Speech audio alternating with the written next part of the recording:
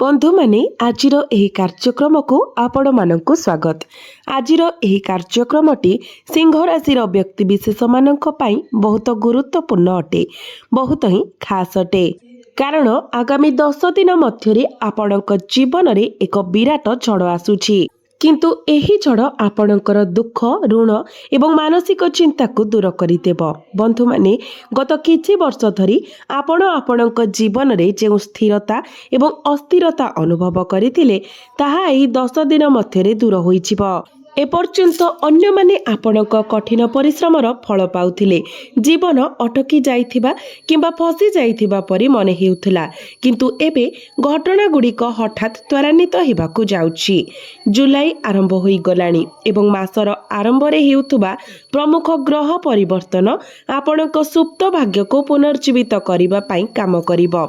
मु एही वीडियो रे आपणको कोन करिबा उचित एवं कोन करिबा उचित नुहे ताहा स्पष्ट भावरे बुझाइबी। एही वीडियोर केवल किछि अंश देखिबा एक बड़ भूल हेबो, तेणु दयाकरी याकु संपूर्ण भावरे देखंतु। बुध निज राशि रे वक्री हेबे एवं शुक्र आपणकर स्वराशि रे प्रवेश करिसंती, जहा गुरुत्वपूर्ण उत्थान एवं परिवर्तन आनिछि। तेबे शेष पर्यंत आपण सतर्क रुहंतु, कारण गत 7 किंबा 8 मास धरी आपणकर निष्पत्ति भूल होइछि।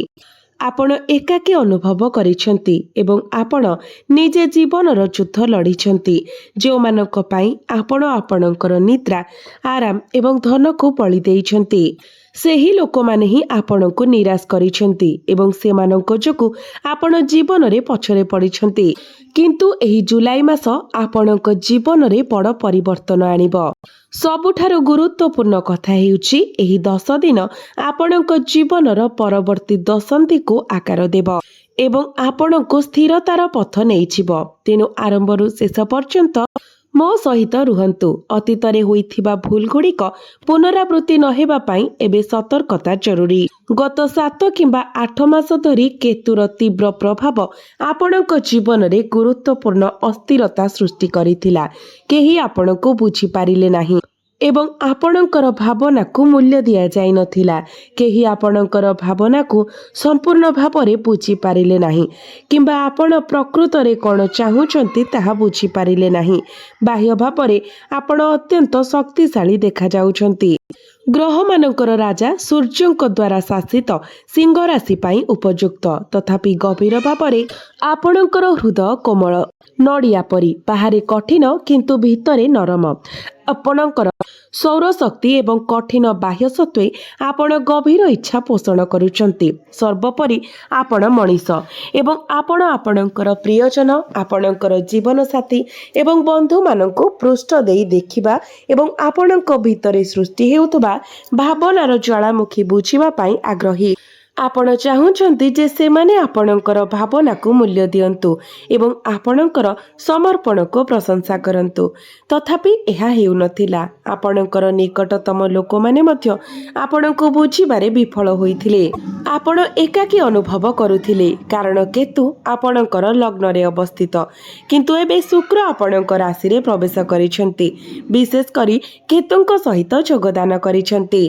एही परिवर्तन आपणक जीवन को जर्जरित करिथिबा द्वंद्वर अनिवार्य अंत को सूचित करुछि। तथापि आपण एबे भी सतर्कता अवलंबन करिबाको पड़िबो। मु आपणको कोन करिबाको हेबो एवं कोन एडाइबाको हेबो से विषय विस्तार भावरे बुझाइबे, कारण यह गुरुत्वपूर्ण विकासर समय। आपण निश्चित भावरे एही परवर्ती 10 दिन को हालुका भावरे नेबा उचित नुहे। मते कुहंतु, गत 7 किंबा 8 मास धरी जेबे ठारू केतु आसिला एवं राहु आपणकर सप्तम भावरे गोचर कले, आपण काहारी सहित आपणकर दुख पाटी पारु नाहंती। आपण आपणकर जंत्रणा, चिंता एवं चाप को निज पाखरे रखुछंती। परिवार किंबा बंधु मानकु किछि प्रकाश करि पारु नाहंती। आपण नीरवरे कष्ट पाउछंती, भितरे सब किछि चापी रखिछंती।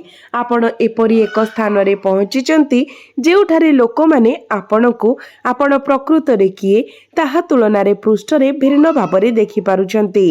ଆପଣ ଅନ୍ୟମାନଙ୍କୁ ପ୍ରଚୁର ସମର୍ଥନ ଦେଇଛନ୍ତି, ଏପରିକି ଗୁରୁତ୍ୱପୂର୍ଣ୍ଣ ମୁହୂର୍ତ୍ତରେ ଜୀବନ ବଞ୍ଚାଇଛନ୍ତି, ଲୋକଙ୍କୁ ମାର୍ଗଦର୍ଶନ କରିଛନ୍ତି, ସେମାନଙ୍କୁ ସାହାଯ୍ୟ କରିଛନ୍ତି ଏବଂ ଆର୍ଥିକ ସହାୟତା ପ୍ରଦାନ କରିଛନ୍ତି। ଆପଣ ଅନ୍ୟମାନଙ୍କୁ ଆପଣଙ୍କର ସମୟ ଉତ୍ସର୍ଗ କରିଛନ୍ତି, କିନ୍ତୁ ପ୍ରତିବଦଳରେ ଆପଣ କ'ଣ ପାଇଲେ? କିଛି ବି ନୁହେଁ। କେହି ଆପଣଙ୍କର ଭାବନାକୁ ମୂଲ୍ୟ ଦେଲେ ନାହିଁ। ଆପଣ ଲୋକମାନଙ୍କୁ ସମର୍ଥନ ପ୍ରଦାନ କରି ଚାଲିଥିଲେ, କିନ୍ତୁ ଯେତେବେଳେ ଆପଣଙ୍କୁ ସମର୍ଥନର ଆବଶ୍ୟକତା ଥିଲା ସେତେବେଳେ ସେଠାରେ କେହି ନଥିଲେ। ଗଭୀର ଭାବରେ ଆପଣଙ୍କୁ ମଧ୍ୟ ସମର୍ଥନର ଆବଶ୍ୟକତା ଥିଲା, କିନ୍ତୁ ଆପଣ ତାହା ପାଇଲେ ନାହିଁ। ବନ୍ଧୁମାନେ, ଏହି ଆଗାମୀ 10 ଦିନରେ କ'ଣ ହେବାକୁ ଯାଉଛି? ଆପଣଙ୍କୁ କ'ଣ ପଦକ୍ଷେପ ନେବା ଉଚିତ? କେଉଁ ସତର୍କତା ଏବଂ ପ୍ରତିକାର ଆବଶ୍ୟକ? ସେ ବିଷୟରେ ଜାଣିବା ପୂର୍ବରୁ ପ୍ରଥମେ ଭିଡ଼ିଓଟିକୁ ଲାଇକ୍ କରି ଚ୍ୟାନେଲଟିକୁ ସବସ୍କ୍ରାଇବ୍ କରିଦିଅନ୍ତୁ ଏବଂ କମେଣ୍ଟ ବକ୍ସରେ ଜୟ ସୂର୍ଯ୍ୟଦେବ ନିଶ୍ଚୟ ଲେଖନ୍ତୁ। ବନ୍ଧୁମାନେ, ଦୟାକରି ଧ୍ୟାନ ଦେଇ ଶୁଣନ୍ତୁ। ସବୁଠାରୁ ଗୁରୁତ୍ୱପୂର୍ଣ୍ଣ କାରଣ ଥିଲା କେତୁଙ୍କର ଆପଣଙ୍କର ଲଗ୍ନରେ ଗୋଚର, ଯାହା ଆପଣଙ୍କ ଜୀବନରେ ଅଶାନ୍ତି ଏବଂ ମାନସିକ ଚିନ୍ତା ସୃଷ୍ଟି କରିଥିଲା। ଆପଣ ଅନ୍ୟମାନଙ୍କ ଠାରୁ ସମ୍ପୂର୍ଣ୍ଣ ବିଚ୍ଛିନ୍ନ ହୋଇଯାଇଥିଲେ। ପ୍ରାୟତଃ ଆପଣଙ୍କ ପରିବାରର ମାନସିକତା ଆପଣଙ୍କ ସହିତ ମେଳ ଖାଉନଥିଲା। ଯେତେବେଳେ ଆପଣ କିଛି ବଡ଼ ହାସଲ କରିବାକୁ ଆକାଂକ୍ଷା କରୁଥିଲେ, ଆପଣଙ୍କ ପରିବାର ଆପଣଙ୍କୁ ପଛକୁ ଟାଣି ନେଉଥିଲା ଏବଂ ଆପଣଙ୍କୁ ତଳକୁ ଟାଣି ନେଉଥିଲା। ବିଶେଷ କରି ସିଂହ ରାଶିର ଲୋକମାନେ ସବୁବେଳେ ବଡ଼ ସ୍ୱପ୍ନ ଦେଖନ୍ତି, ତଥାପି ଆପଣ ସେହି ସ୍ୱପ୍ନଗୁଡ଼ିକୁ ବାସ୍ତବତାରେ ପରିଣତ କରିବାର ପ୍ରକୃତ କ୍ଷମତା ମଧ୍ୟ ରଖିଛନ୍ତି। ଆପଣ ଅଯଥା କଳ୍ପନାରେ ଲିପ୍ତ ହୁଅନ୍ତି ନାହିଁ। ଆପଣ କେବଳ ସେହି ସ୍ୱପ୍ନ ଦେଖନ୍ତି ଯାହା ଆପଣଙ୍କ ପାଇଁ ପ୍ରକୃତରେ ହାସଲ କରାଯାଇପାରିବ। ଆପଣ ଏକ ନିର୍ଦ୍ଦିଷ୍ଟ ମାଇଲ ଖୁଣ୍ଟରେ ପହଞ୍ଚିବା ପାଇଁ କଳ୍ପନା କରିଥିଲେ ଏବଂ ସମସ୍ତ ଆବଶ୍ୟକୀୟ ପ୍ରସ୍ତୁତି କରିଥିଲେ। ଆପଣ ସଫଳତାର ଦ୍ୱାର ଦେଶରେ ଥିଲେ, କିନ୍ତୁ କ'ଣ ହେଲା? ହଠାତ୍ ଆପଣଙ୍କର ପରିବାର ଆପଣଙ୍କର ଦୁର୍ବଳତା ପାଲଟିଗଲା। ଆପଣଙ୍କର ପ୍ରିୟଜନମାନେ ହିଁ ଆପଣଙ୍କୁ ପଛରେ ପକାଇ ଦେଇଥିଲେ। ଏକ ଅପ୍ରତ୍ୟାଶିତ ପାରିବାରିକ ଘଟଣା କିମ୍ବା ଜଟିଳତା ସୃଷ୍ଟି ହେଲା, ଯାହା ଆପଣଙ୍କୁ ସେହି ସମସ୍ୟାଗୁଡ଼ିକର ସମାଧାନ କରିବା ପାଇଁ, ଆପଣଙ୍କର ପରିବାରକୁ ଏକାଠି ରଖିବା ପାଇଁ ଏବଂ ଫଳସ୍ୱରୂପ ଦୁଃଖର ମୁକାବିଲା କରିବା ପାଇଁ ଆପଣଙ୍କର ସ୍ୱପ୍ନଗୁଡ଼ିକୁ ପାସୋରି ଦେବାକୁ ବାଧ୍ୟ କଲା। ଫଳସ୍ୱରୂପ ଆପଣ କେବେ ବି ଲକ୍ଷ୍ୟ ରଖିଥିବା ଲକ୍ଷ୍ୟସ୍ଥଳରେ ପହଞ୍ଚି ପାରିଲେ ନାହିଁ। ଆପଣଙ୍କୁ ପ୍ରାୟତଃ ଆପଣଙ୍କର ପଥ ପରିବର୍ତ୍ତନ କରିବାକୁ ପଡ଼ୁଥିଲା କିମ୍ବା ଆପୋଷ ବୁଝାମଣା କରିବାକୁ ପଡ଼ୁଥିଲା। ଆପଣ ଯାହା ଚାହୁଁଥିଲେ ତାହା କରିପାରିଲେ ନାହିଁ ଏବଂ କମ୍ ପାଇଁ ସମାଧାନ କରିବାକୁ ପଡ଼ିଲା। ଗତ କିଛି ବର୍ଷ ମଧ୍ୟରେ ଆପଣଙ୍କ ସହିତ ଏହା ଅନେକ ଥର ଘଟିଛି। ଯଦି ଏହା ଆପଣଙ୍କ ସହ ପ୍ରତିଧ୍ୱନିତ ହୁଏ, ତେବେ କମେଣ୍ଟ ବକ୍ସରେ ଜଣାନ୍ତୁ ଯେ ଆପଣଙ୍କୁ ମଧ୍ୟ ଆପୋଷ କରିବାକୁ ପଡ଼ିଛି। ଆପଣ ଯାହା ପ୍ରକୃତରେ ଚାହୁଁଥିଲେ ତାହା ବ୍ୟତୀତ ଅନ୍ୟ କିଛି ପାଇଁ ସ୍ଥିର କରିବାକୁ ପଡ଼ିଛି, କେବଳ କାରଣ ଏହା କାର୍ଯ୍ୟ କରିବ। ସିଂହ ରାଶିର ଲୋକମାନେ ସେମାନଙ୍କର ଦୃଢ଼ ନିଷ୍ଠା ପାଇଁ ଜଣାଶୁଣା, କିନ୍ତୁ ଯେତେବେଳେ ପ୍ରକୃତରେ ଆପଣଙ୍କ ଲକ୍ଷ୍ୟ ହାସଲ କରିବାର ସମୟ ଆସେ, ସେତେବେଳେ ପରିବାର ପ୍ରାୟତଃ ଏକ ଦୁର୍ବଳତା ପାଲଟିଯାଏ। କିନ୍ତୁ ଆଗାମୀ 10 ଦିନ ମଧ୍ୟରେ କ'ଣ ହେବାକୁ ଯାଉଛି? ଶୁକ୍ର ଗ୍ରହ ଆପଣଙ୍କର କୁଣ୍ଡଳୀରେ ଏକ ଭଲ ସ୍ଥିତିରେ ପ୍ରବେଶ କରୁଛନ୍ତି। ଏହାର ଆଗମନ ଆପଣଙ୍କ ଜୀବନର ଶୂନ୍ୟତାକୁ ଦୂର କରିବ ଏବଂ ଭୁଲ ବୁଝାମଣା କିମ୍ବା ଏକାକୀ ହେବାର ସେହି ଦୀର୍ଘକାଳୀନ ଭାବନାକୁ ଦୂର କରିବ। ଶୁକ୍ର ଆପଣଙ୍କ ଆତ୍ମାରେ ଖେଳକୁଦ ଭାବନା ସୃଷ୍ଟି କରିବ ଏବଂ ଆପଣଙ୍କର ବ୍ୟକ୍ତିଗତ ଆକର୍ଷଣକୁ ବୃଦ୍ଧି କରିବ। ଏହା ବ୍ୟତୀତ କେତୁ ଏବଂ ଶୁକ୍ରଙ୍କର ଏହି ସଂଯୋଗ ଆପଣଙ୍କୁ ଭିତରୁ ଶକ୍ତିଶାଳୀ କରିବ ଏବଂ ଆପଣଙ୍କ ମାନସିକତାକୁ ସକାରାତ୍ମକ ଭାବରେ ପରିବର୍ତ୍ତନ କରିବ। ଆପଣ ଅଧିକ ସୃଜନଶୀଳ ହୋଇପାରନ୍ତି ଏବଂ ଶକ୍ତିର ଏକ ନୂତନ ଉଷ୍ମତା ଆବିଷ୍କାର କରିପାରିବେ। ଏକ ସମ୍ପତ୍ତି ଯାହା ଆପଣଙ୍କୁ ଆଗାମୀ ସମୟରେ ବହୁତ ସାହାଯ୍ୟ କରିବ। ଆପଣଙ୍କର ବ୍ୟକ୍ତିଗତ ଶକ୍ତି ବୃଦ୍ଧି ପାଇବାକୁ ଯାଉଛି। ଆପଣଙ୍କର ଶାସକ ଗ୍ରହଙ୍କ ବିଷୟରେ କହିବାକୁ ଗଲେ, ଜୁଲାଇ 16 ତାରିଖରେ ସୂର୍ଯ୍ୟ ବୃହସ୍ପତିଙ୍କ ସହିତ ଆପଣଙ୍କର ଦ୍ୱାଦଶ ଭାବରେ ଗୋଚର କରିବେ। ଦ୍ୱାଦଶ ଭାବଟି ଖର୍ଚ୍ଚ ସହ ଜଡ଼ିତ ଥିବା ବେଳେ ଏହା ଦୂରଯାତ୍ରା ଏବଂ ଏକ ବିଶାଳ ସାମ୍ରାଜ୍ୟ ଗଠନ କରିବାର ସମ୍ଭାବନାକୁ ମଧ୍ୟ ସୂଚିତ କରେ। ଯେତେବେଳେ ସୂର୍ଯ୍ୟ ଏବଂ ଗୁରୁ ଏକତ୍ର ଗୋଚର କରନ୍ତି, ତ ଏହି ସଂଯୋଗ ଆପଣଙ୍କର ସଂକଳ୍ପକୁ ଦୃଢ଼ କରିବ ଏବଂ ଆପଣଙ୍କ ଲକ୍ଷ୍ୟ ହାସଲ ହାସଲ କରିବାରେ ସାହାଯ୍ୟ କରିବ। ଆପଣ ଯାହା କଳ୍ପନା କରିଛନ୍ତି ତାହା ଆପଣ ହାସଲ କରିପାରିବେ। ଆପଣ ନିଜ ଇଚ୍ଛା ଅନୁଯାୟୀ ଚାକିରି ପାଇପାରିବେ। ଏହା ପଦୋନ୍ନତି ହେଉ, ବିଦେଶରେ ବସବାସ ହେଉ କିମ୍ବା MNCରେ କାମ ହେଉ, ଏହା ଭ୍ରମଣ ପାଇଁ ମଧ୍ୟ ଏକ ଉତ୍ତମ ସମୟ। ଏହା ନିଜକୁ ଚିନ୍ତା ଏବଂ ଚାପରୁ ମୁକ୍ତ କରିବାର ସମୟ। ଯେଉଁମାନେ ଏକ ସକାରାତ୍ମକ ମାନସିକତାକୁ ପ୍ରୋତ୍ସାହିତ କରନ୍ତି, ଆପଣଙ୍କ ଜୀବନରେ ସକାରାତ୍ମକତା ଆଣନ୍ତି ଏବଂ ଆପଣଙ୍କୁ ଆଗକୁ ବଢ଼ିବାରେ ସାହାଯ୍ୟ କରନ୍ତି, ଆପଣଙ୍କୁ ଏପରି ଲୋକ ଏବଂ ସମ୍ପର୍କକୁ ଛାଡ଼ି ଦେବାକୁ ପଡ଼ିବ ଯାହା ବାଧା ସୃଷ୍ଟି କରେ କିମ୍ବା ଆପଣଙ୍କ ଚିନ୍ତାଧାରାକୁ ସୀମିତ କରେ। ଏହିପରି ବ୍ୟକ୍ତିମାନଙ୍କ ଠାରୁ ନିଜକୁ ଦୂରେଇ ରଖିବାର ସମୟ ଆସିଛି। ପସନ୍ଦ ଆପଣଙ୍କର।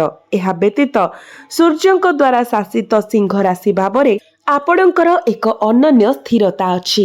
ଏପରି ସମୟ ଅଛି ଯେତେବେଳେ ସୂର୍ଯ୍ୟ ନିଜର ଦୁର୍ବଳତାର ଚିହ୍ନରେ ପ୍ରବେଶ କରନ୍ତି କିମ୍ବା ଶନିର ପ୍ରଭାବ ଆପଣଙ୍କୁ ସବୁକିଛି ହରାଇବାକୁ ବାଧ୍ୟ କରେ।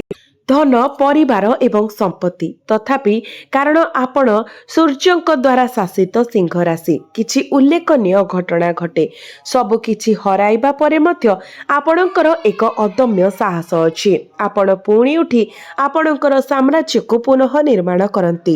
ଯଦିଓ ଆପଣଙ୍କର ସମ୍ପତ୍ତି ବିକ୍ରି ହୋଇଯାଏ କିମ୍ବା ଆପଣ ନିଜକୁ ଆରମ୍ଭରୁ ପାଆନ୍ତି, କିଛି ମାସ କିମ୍ବା ବର୍ଷ ମଧ୍ୟରେ ଆପଣଙ୍କର ସାମ୍ରାଜ୍ୟକୁ 2 କିମ୍ବା 3 ଗୁଣ ବୃଦ୍ଧି କରିବାର ଆଭ୍ୟନ୍ତରୀଣ ଶକ୍ତି ଆପଣଙ୍କ ପାଖରେ ଅଛି।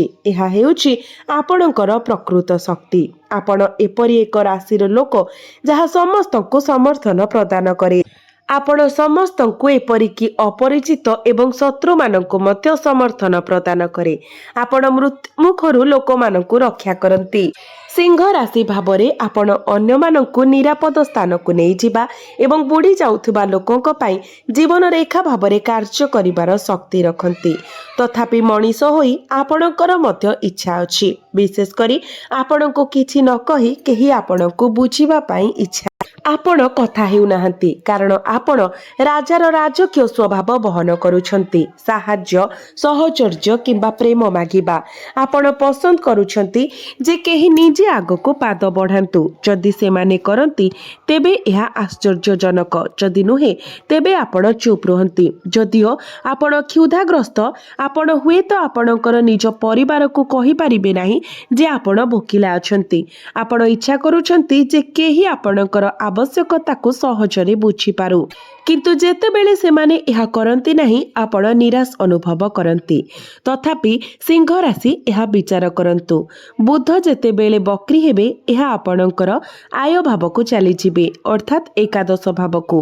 ଯେତେବେଳେ ବୁଧ ବକ୍ରୀ ହେବେ ଏବଂ ନିଜର ସ୍ୱରାଶିରେ ପ୍ରବେଶ କରିବେ, ଏହା ପ୍ରାୟତଃ ପୂର୍ବରୁ ଅସମ୍ପୂର୍ଣ୍ଣ ରହିଯାଇଥିବା କାର୍ଯ୍ୟଗୁଡ଼ିକୁ ସମାପ୍ତ କରେ।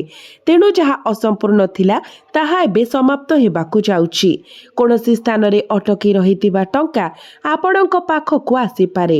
ଅପୂର୍ଣ୍ଣ ସ୍ୱପ୍ନ ଏବେ ବାସ୍ତବତାରେ ପରିଣତ ହେବାକୁ ଯାଉଛି। ଆପଣ ଏପରି ଟଙ୍କା ମଧ୍ୟ ପାଇପାରନ୍ତି ଯାହା ଆପଣ ବହୁଦିନ ଧରି ପରିତ୍ୟାଗ କରିଥିଲେ। ଭାବିଥିଲେ ଯେ ଏହା କେବେ ଆସିବ ନାହିଁ। ଏହା ଏକ ଉତ୍ତମ ସମୟ। ଏହି ସମୟ ମଧ୍ୟରେ ଆର୍ଥିକ ବିଷୟଗୁଡ଼ିକ ଉପରେ ଆପଣଙ୍କର ଧ୍ୟାନ କେନ୍ଦ୍ରିତ କରିବାକୁ ଚେଷ୍ଟା କରନ୍ତୁ। ସର୍ବୋପରି ଆପଣଙ୍କ ପାଖରେ ଟଙ୍କା ରୋଜଗାର କରିବାର ଏକ ଅନ୍ତର୍ନିହିତ ଇଚ୍ଛା ଅଛି। ସିଂହ ରାଶିର ହୋଇଥିବାରୁ ଆପଣ ସହଜରେ ସ୍ଥିର ହୁଅନ୍ତି ନାହିଁ।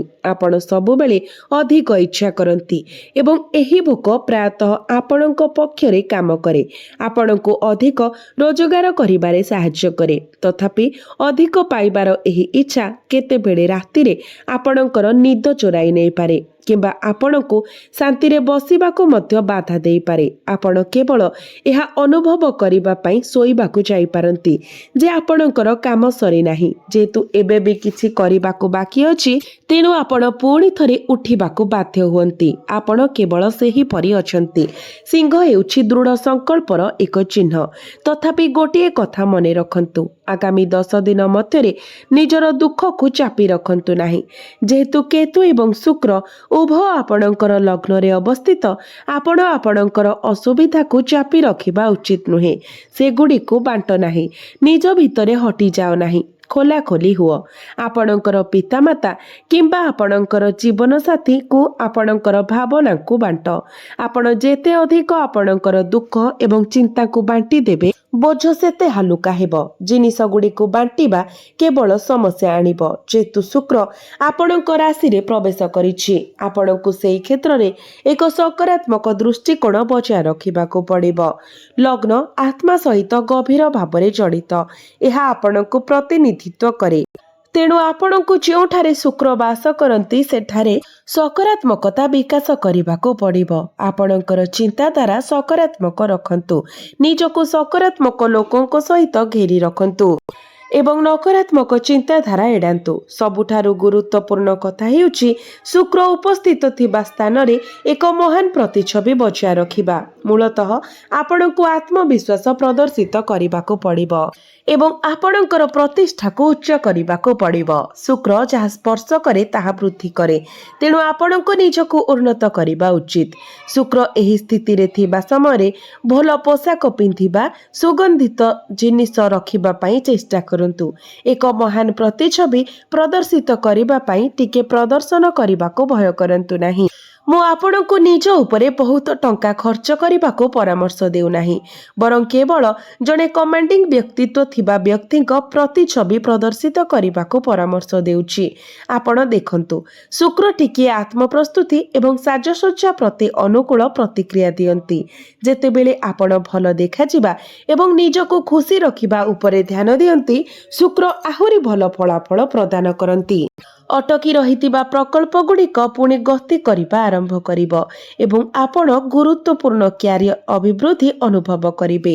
ଯେହେତୁ ମଙ୍ଗଳ ଆପଣଙ୍କର କ୍ୟାରିୟର ଭାବରେ ଅବସ୍ଥିତ ଏବଂ ଶୁକ୍ର ଆପଣଙ୍କର କ୍ୟାରିୟର ଭାବର ଅଧିପତି ଆପଣଙ୍କ ପ୍ରଥମ ଭାବରେ ଗୋଚର କରୁଛନ୍ତି, ତ ଆପଣଙ୍କର କ୍ୟାରିୟର ବହୁତ ଶକ୍ତିଶାଳୀ ହେବାକୁ ଯାଉଛି।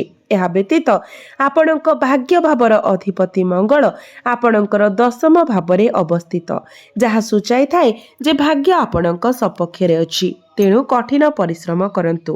ସ୍ୱାସ୍ଥ୍ୟ ବିଷୟରେ ଏକ ବିଷୟ ଯାହା ମୁଁ ସର୍ବଦା ଆଲୋଚନା କରେ। ଶନି ବର୍ତ୍ତମାନ ଅଷ୍ଟମ ଭାବରେ ଅଛନ୍ତି।